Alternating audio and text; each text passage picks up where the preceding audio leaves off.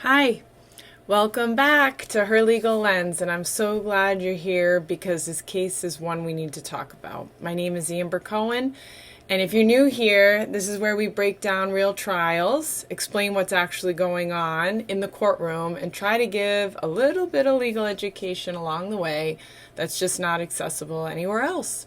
So if you like what you see, please subscribe, all those good things that help us keep going. But Commonwealth versus Kelsey Fitzsimmons. Key players before we get into the details of the case. So you need to know that Kelsey Fitzsimmons is the defendant. She is a young patrol officer with the North Andover Police Department. Relatively new to the department, I think joining in around 2024. She was engaged to Justin Alian, who is a North Andover firefighter that she met right as she was coming into the police department. Quickly, they got pregnant and had a baby. Caden is their son's name, who was about 4 months old at the time of the incident in question, which was on June 30th, 2025. So Justin Alian and Kelsey's Fitzsimmons are engaged. One morning, June 30th, 2025, Justin goes to court. He's with his sister and obtains what's called an emergency restraining order.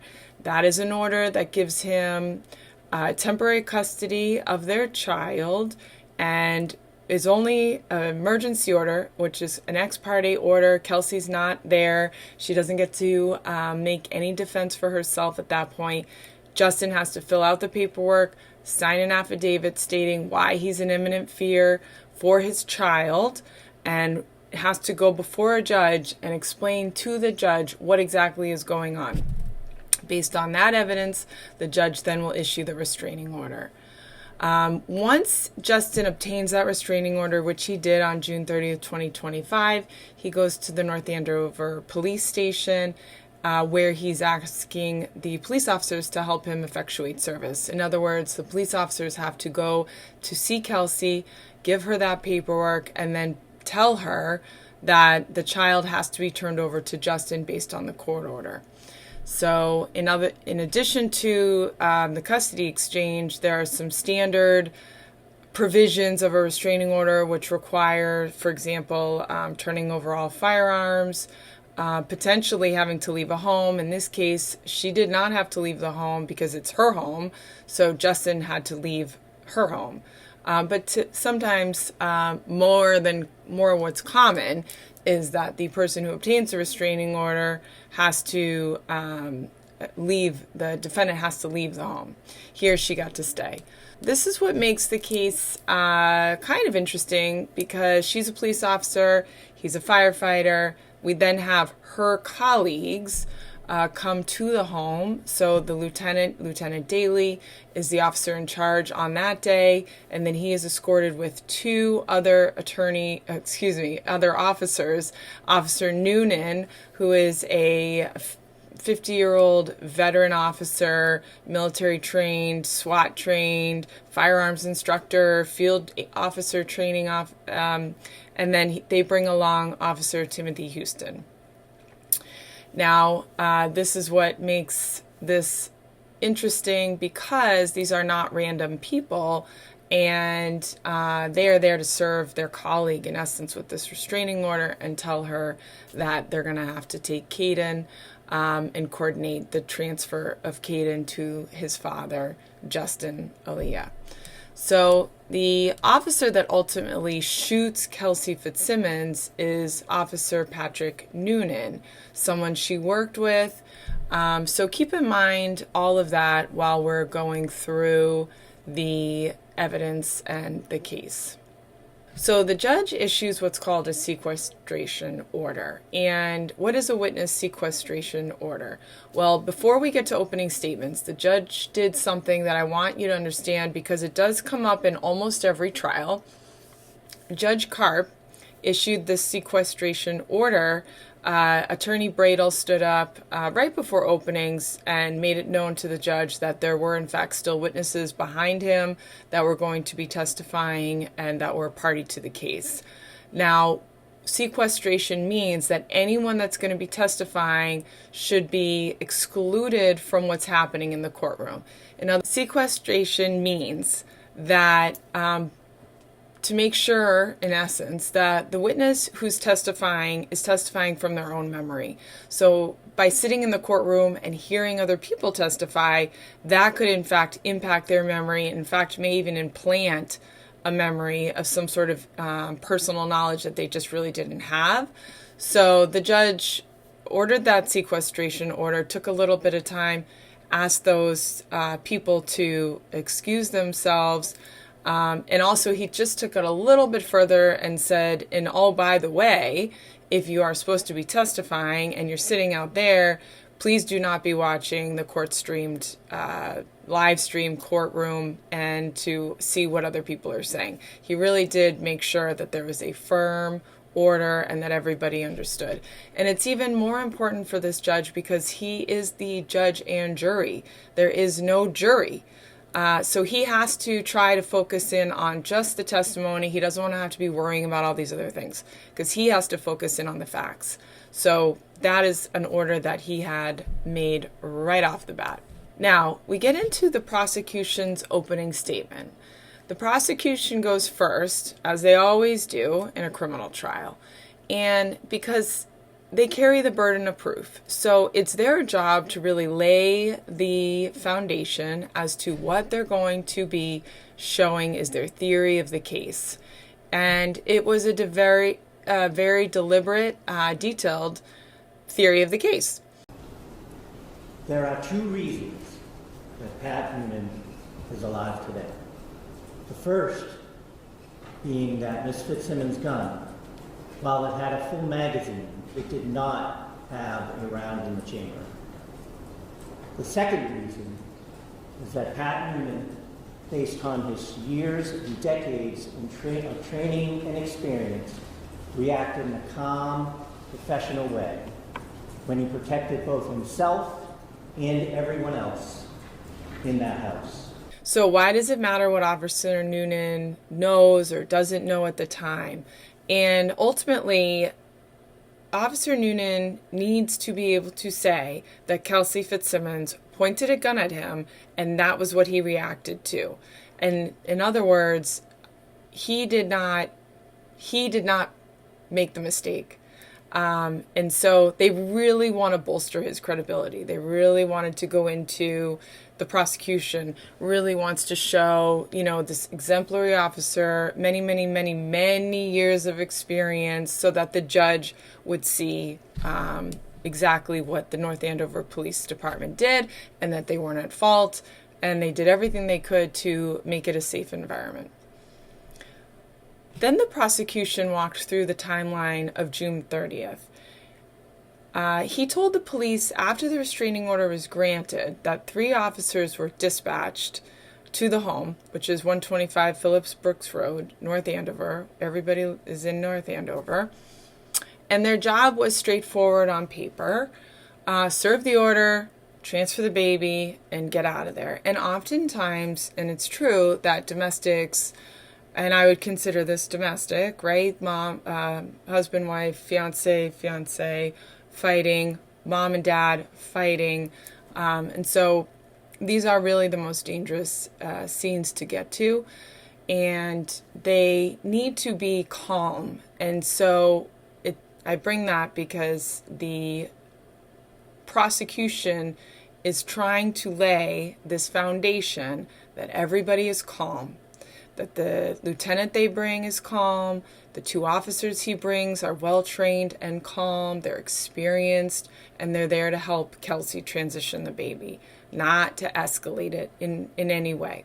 So the short story is Kelsey was told that she was going to have to be giving the baby to Justin, and then the prosecution goes on to explain that the mother shows up, her mother shows up, Officer Houston, Officer Noonan go upstairs. They try to help Kelsey. Kelsey's getting more and more upset.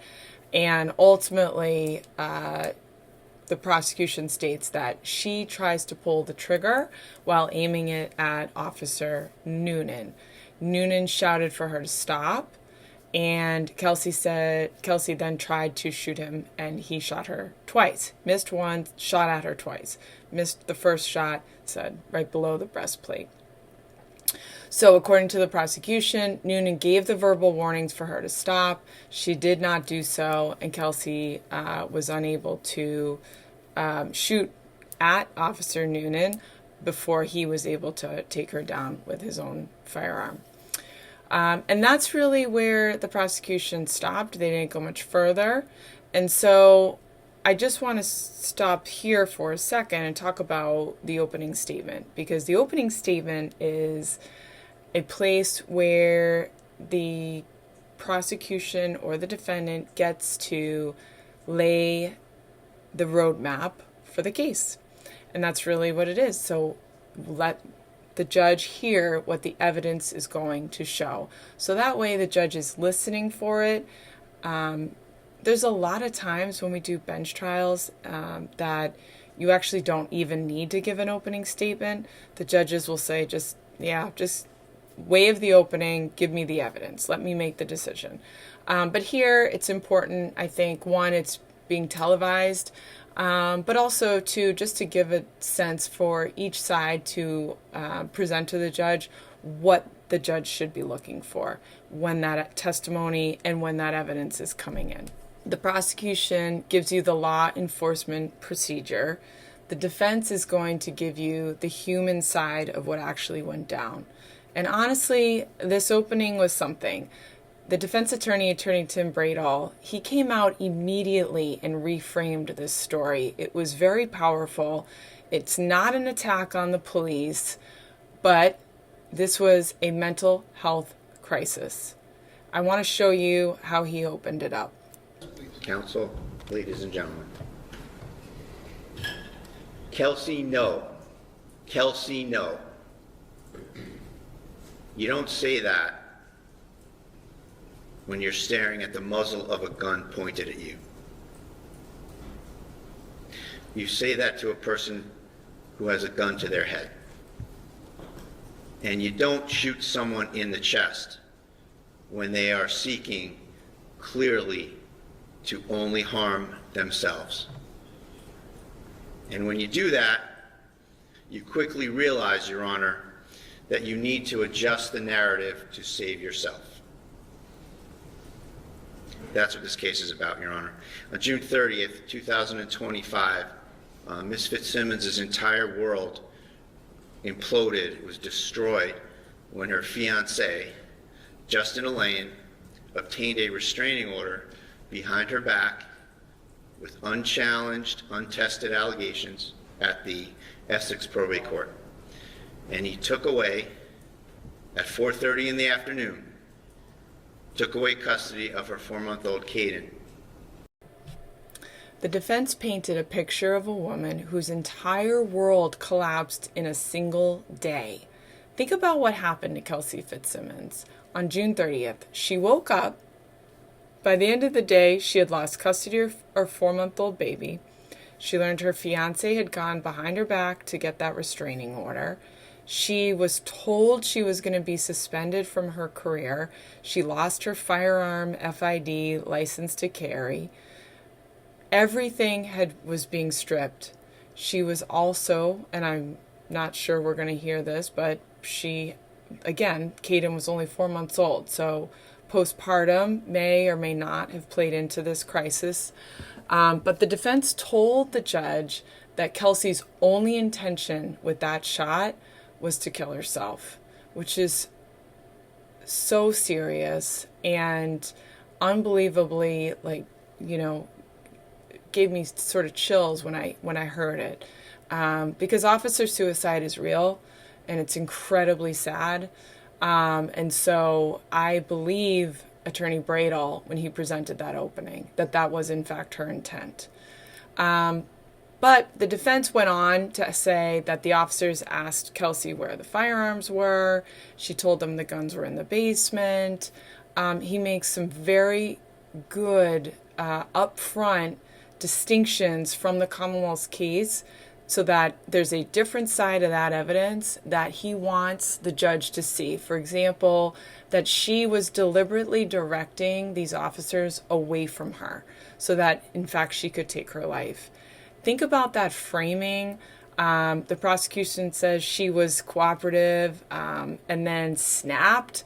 It just doesn't really make any sense. The defense says she was trying to protect everyone. The defense also said that when Kelsey got the gun, she raised it to her own head, not at Noonan. And they can show that by the way that when she was found after she was shot, the gun was under her. And so just the physics of this case, if she was in fact had her gun pointed ahead of her, as the defense attorney showed the judge, the gun would have dropped in front of her or on top of her legs perhaps if she fell straight back. But because he's saying the gun was under her, it makes more sense that the gun was either to her side and being raised to her side instead of in front of her pointing it at the officer. So I think those are really good points for Attorney Bradel to make right up front for that judge to be looking for. It's also really important to note that he brought up the fact that here there is no body-worn camera, which is somewhat amazing considering I'm surprised there was a police department that didn't have body-worn camera here in Massachusetts, but there still are apparently. I'm guessing they have it now. And so there's no body-worn camera. So it's really, this judge gets to decide based on what he hears, what makes the most sense to him, and there is no cameras to help determine what actually happened in that room. And so the only people know exactly what happened is Officer Noonan and Officer Kelsey Fitzsimmons. It's important to note that even with a bench trial, the burden of proof still lies with the Commonwealth, and it's extremely high burden. It's the same one beyond a reasonable doubt. So the Commonwealth has to show beyond a reasonable doubt the assault and battery with a dangerous weapon, because that's the charge. That's the charge. Her pointing the gun, shooting, trying. It got stuck, but allegedly trying to shoot at Officer Noonan, and that's the charge. So, first off, I just want to do a little shout out to my girl Kelly Sanders, who is out of the office this week, and so I'm here doing this alone, and frankly, I can't wait till she gets back. But I wanted to follow this case because it's a really interesting case, and I had told Kelly that I'd be doing it. I wasn't going to make her, or ask her, I should say, to stream from her vacation. That makes zero sense right now. But, you know, also I wanted to practice a little bit, and hopefully I can figure out some of this video editing. But in the meantime, if you like anything you're seeing here, please like, subscribe, comment. I know we're learning, I'm learning, and it's late. It's, you know, it's definitely late running these videos at night, but, you know, we have to watch the trial and gather some thoughts and then obviously put the videos together. So today, Commonwealth put on their first witness, which was Lieutenant Sean Daly. Sean Daly was the officer in charge on June 30th, 2025. So Daly's testimony was pretty methodical. I think he, you know, meaning the prosecution, walked him through his testimony pretty clearly. Although I do think that he did make clear that, you know, just business as usual. Justin Alian, regardless of who he was, regardless of who Kelsey Fitzsimmons was, they get the restraining order, they coordinate, and they go to in-hand serve. And so I do think that oftentimes they will ask defendants to come to the police station to pick up their restraining order if they can't find them or it's challenging to coordinate. Here, I do think that Officer Daly took the extra step of going to the home to walking her through this incredibly stressful situation, which is a restraining order, and looking for her guns. They had some concerns for her, and so I do think that they went there in an attempt to try to keep everything calm. He did say, and went on to say, that at some point Kelsey called her mother, and her mom, Lauren Page, did arrive for support to help with the baby. The baby was crying. Justin had not arrived yet. Justin and Courtney then show up. Courtney is his sister. Courtney Elaine, his younger sister, shows up at the home to take custody of Caden. That does happen. Courtney takes Caden outside of the home while the officers allowed Justin to gather some things and to go in the basement in order to get some more stuff. Now, Officer Daly did testify with respect to a video walkthrough of the events, and this was put together as a mosaic by the prosecution from Kelsey's home security system. So there are multiple cameras, and they've clipped it together to kind of show you the sequence of events, and they were able to get that through Officer Daly.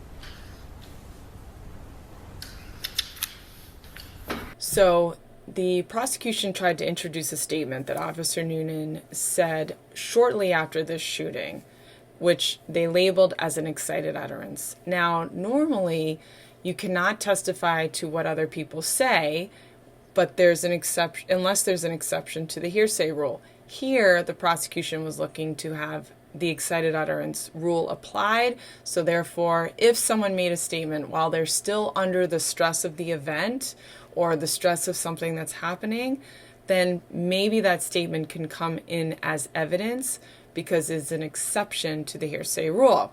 The idea is that people do not lie when they are in the grips of genuine shock.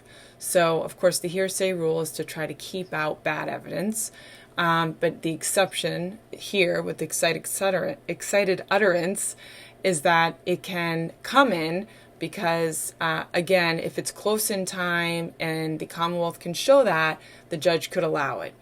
Defense objected and said, no, there's not enough foundation, first of all. And second of all, this was not a spontaneous, rather reflective statement. So the judge ultimately agreed with the defense. Judge sustained the objection, didn't allow Lieutenant Daly to testify to that statement, which is significant because Officer Noonan is obviously going to take the stand and be able to say anything he said. However, having another officer say it twice could be sort of, more impactful. Here, it didn't come in, therefore, the officer Noonan is going to have to testify to it if the Commonwealth can get him to say what they are looking for him to say. Defense makes a sharp argument, and frankly, it was really good, and it was sustained. So later, we get some tech issues, and I can say that, Scott in Utah at the Corey Richards trial still wins. Scott's really good. We're going to need him here in Massachusetts. Train us all. Anyway, they had some courtroom video issues, but ultimately we broke. They came back after lunch, and then Courtney Alayan, who is the sister of Justin, took the stand. Commonwealth really tried to get some evidence in, a little bit of history. Sounds like a couple days prior to this June 30th date, they had been on a Jack and Jill bachelorette party. She named off everyone who was there. Kelsey and Justin were getting married later in that year, before the breakup, obviously. And so this would have been their bachelorette party. So Courtney gave a little detail on that. And then she gave some detail about the event in question when they went to go pick up the baby and what happened when she heard the gunshots. Actually, that was pretty intense. She said she took the baby and ran across the street to the school and hid behind a tree until Justin found her. So obviously that was a very scary moment for her. Not relevant to what happened in the house, but impactful in the sense that it was scary. So Justin Alayan then took the stand, gave some background about who he was, who he is. He's also military trained. He was educated at University of New Hampshire, has a business background. And then when he got out of the military, he ultimately decided he wanted to be on the fire department and got on the fire department, I want to say in 2019, somewhere around there. And then he met Kelsey in 2024. That was really it. He did not get into too many details. Honestly, the defense did a really good job at objecting and keeping out the evidence that was not relevant. It was going more towards showing that she might have been dangerous, and I think that the defense did a nice job in objecting, and the judge agreed ultimately to really narrow the scope of his testimony. But more importantly, and I'm going to play you a little clip on the cross-examination, when he did not agree with the defense attorney, the defense attorney made sure that he ultimately did agree with him. So give a watch. Given this cause now in hearing shall be the truth, the whole truth, and nothing but the truth, so help you God. I do. Thank you. Good afternoon. You can have a seat. Baby. I would say that's not true.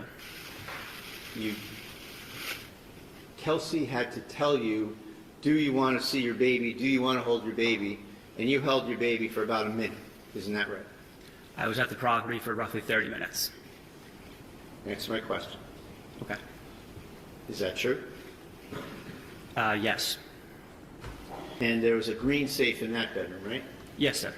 And on the 29th, you went to that bedroom and you retrieved some of your firearms from that green safe, correct?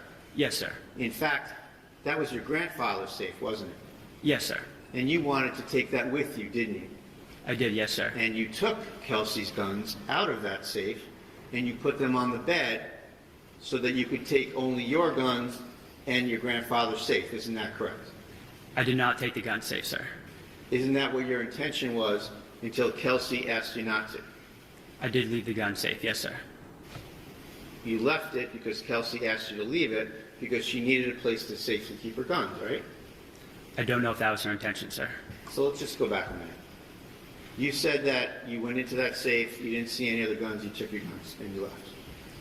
Isn't it true that you took Kelsey's guns, which you did see in the safe, you put them on the bed, and you tried to take the safe? I do not remember if I took any of her guns out of the safe, sir. I don't remember seeing any of her firearms in that green safe. I only remember seeing them in the black safe. So, I mean, you were very interested in getting your stuff out of that house on a couple occasions. This is your chance to get your grandfather's gun safe out of there, and it's your testimony that you just decided to leave it? The only priority was removing my firearms. That was secondary because it was holding my safe, and it meant a safe transport way to move that firearm out of the house in a secure manner. And when you left Kelsey with her firearms, and you took yours and you went back to Stowe with your father, correct? Yes, sir, I took my firearm. So Noonan's cross-examination is going to be the most watched moment. That's happening tomorrow. The court ended it, so we did not get to cross for Officer Noonan. But basically, the defense has already telegraphed their strategy. We already know they're going to challenge the perception of that officer, question whether or not the gun was really pointed at him, or if it was pointed at Kelsey's own head, or at least in the motion towards Kelsey's own head, and press him on why his first shot missed. And I'm going to play you a little clip. That we were going to have to remove firearms from the house, and that the baby, their son, he was going to be in Justin's custody for, I think it was 14 days until the next court hearing. When Lieutenant Daly mentioned that the guns were going to be removed, did the defendant say anything about that? Yeah, she said that they were located downstairs in the basement.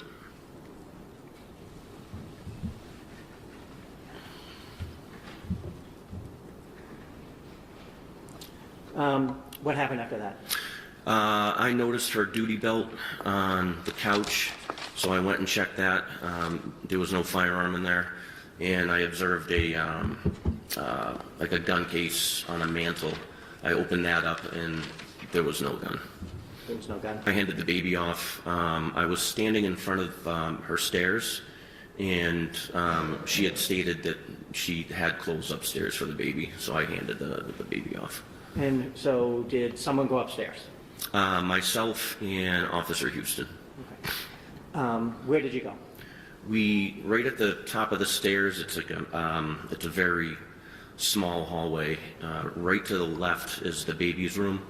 Right to the right is the main bedroom. Okay. And so where did she go first? To the left, to the baby's room. And what did you observe?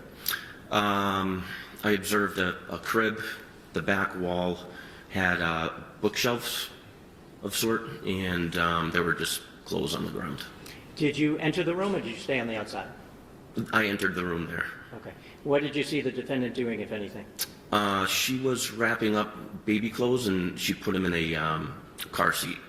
And then while she was doing that, I heard an older lady come in and start to yell at Lieutenant Daly. Okay. Did that create any reaction from the defendant at all? No. I asked her who that was downstairs, and she looked up and said she had no idea. What happened next? She handed me the baby seat and asked me to take it downstairs, and I told her no. Okay, what did you do with it?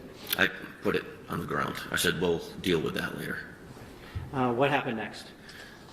She started packing a lot of books, and it's almost like this round basket with two handles. And I explained to her that her son's 4 months old, no need for all the books. You know, you're going to see him in 2 weeks, so. What did she do with the books? She handed me the basket and asked me to go downstairs, bring it downstairs. And what did you do? I told her we would deal with it later, and I put it down on the ground. Okay. And you told her she'd see her son in 2 weeks? Yeah, roughly. I said your next court date is on the 14th.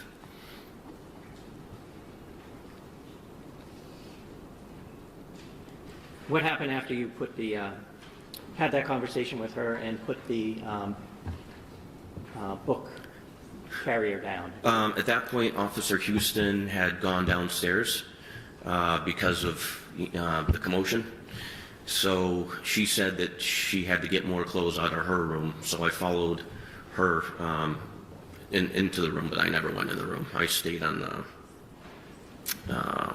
I guess the top landing, right before the door frame. Okay. And did that seem to be a bedroom? Yes. Okay, so if you walk up the stairs, you had been in the room on the left, correct? Yes. Now she went across to the room on the right? Yes. Okay. You said you didn't go into the room yourself. No. Were you able to see her? Yeah, she was 3 feet in front of me. Okay, and what was she doing? She was wrapping up clothes, and she had paused, and she said something to the effect that these are dirty. And I said, listen, wherever the baby's going, I'm sure there's a washer and dryer. I said, wherever the baby's going, most likely has a washer and dryer, so don't be concerned. And then I could tell she was getting upset. She started to shake, and I said, listen, court date is in 2 weeks. It'll be over before you know it. Did something happen next? Yes, she was on one knee when she was wrapping up the clothes, and she pushed off with her left foot and lunged behind the door frame. So to my left, to her right. Okay. Could you see what was there from where you were? Not from my perspective, no. What happened after she went behind the door frame? She reappeared with a gun and pointed it right at me and pulled the trigger. Can you describe or show us how she did that?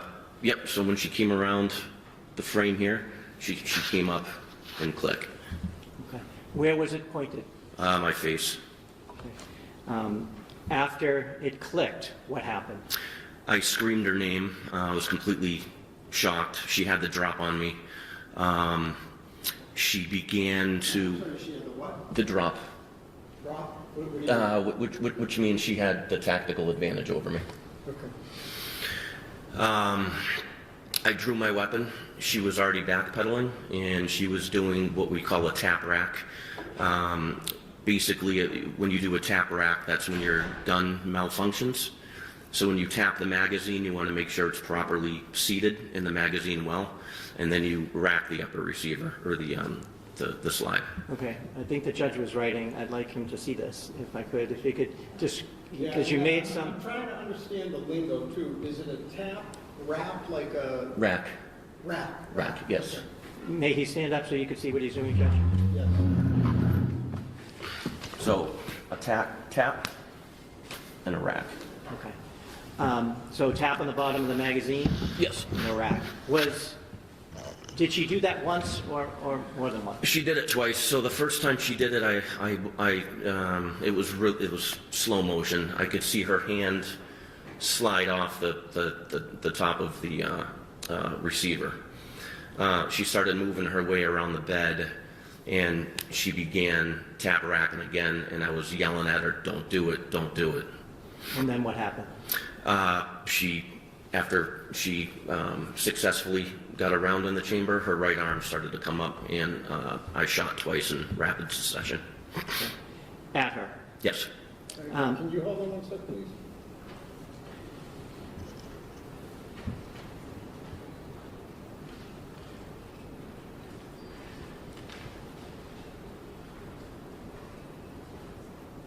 Yeah, I'll set that.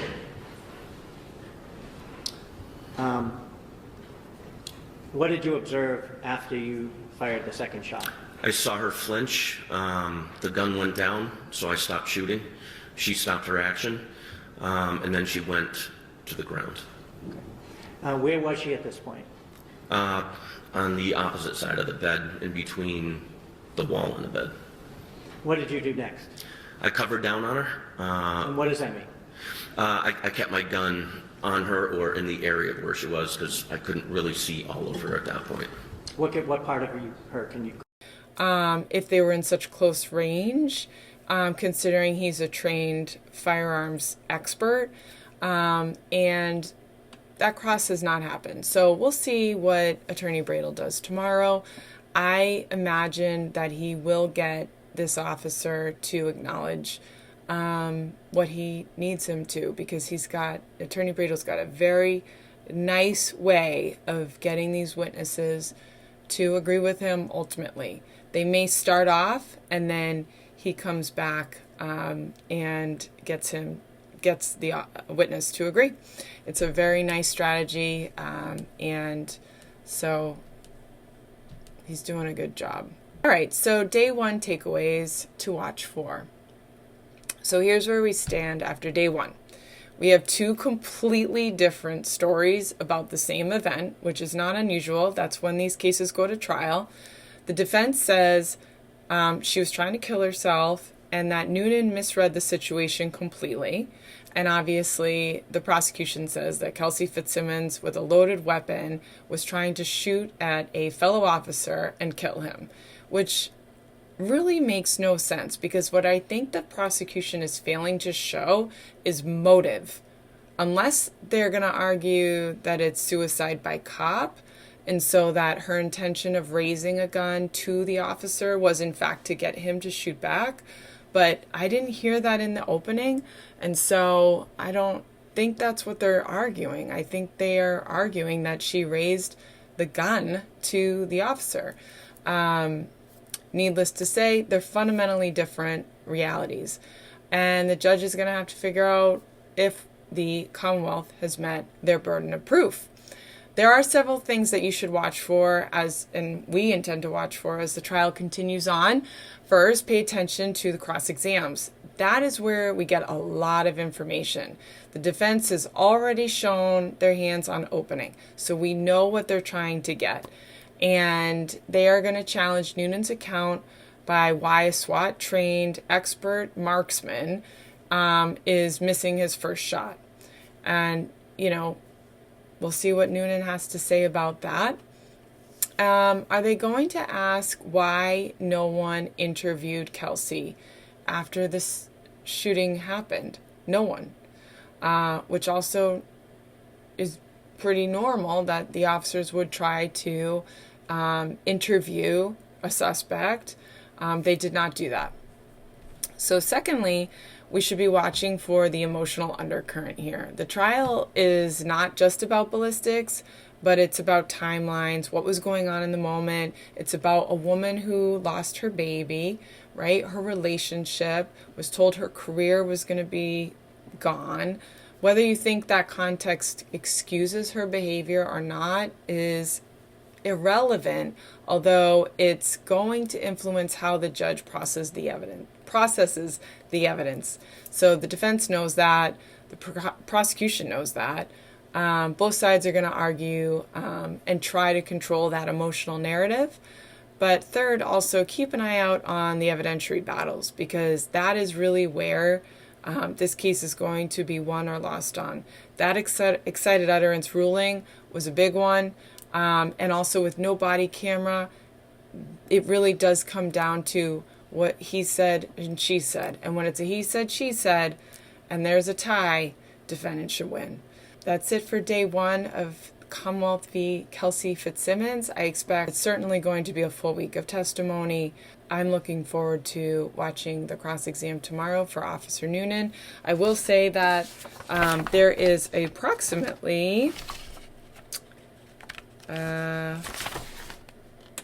43 witnesses on this list. So I don't know if they're planning to call everyone. They got to Mr. Noonan pretty quickly today. I imagine they're going to pull up Timothy Houston. And then, of course, they may or may not. There's a lot of police officers that are here that are listed. And so it'll be interesting to see how many witnesses the prosecutor actually calls to prove their case. So either way, thank you for watching Her Legal Lens, and please like and subscribe, and we can't wait for Kelly to get back, but day 2 tomorrow.